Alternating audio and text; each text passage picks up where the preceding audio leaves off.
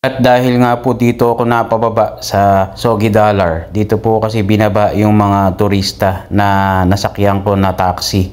Kaya dito na rin po ako bumaba at dito na nga po ako nadaan sa may gilid po ng Soggy Dollar. Dahil isa nga po ito na famous na pinapasyalan ng mga turista po dito.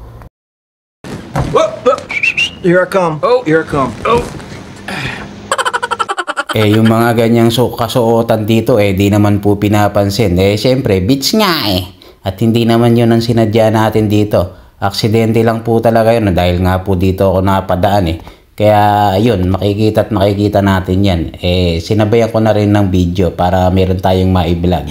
At eto nga, nang pagpunta ko dito sa harapan ng dagat, ang White Sand Beach, may nakita po akong cruise ship. Kaya naman syempre, isu-zoom natin yan para makita nyo rin po. Yung lugar po kasi na yan sa harapan ko po USBI na po yan. Kumbaga yung kabila ko po sa may kanan, ang sabi po ng mga kasama ko rito ay USBI St. Martin at doon naman sa kabila po ay St. John. Kaya naman marami po talagang turista sa aming area. Oh my God!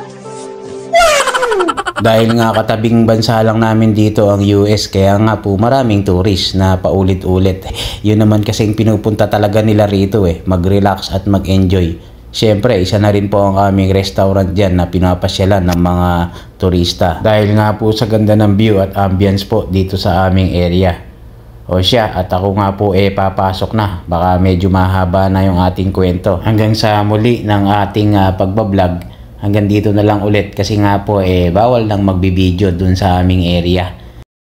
So yun lang, love you.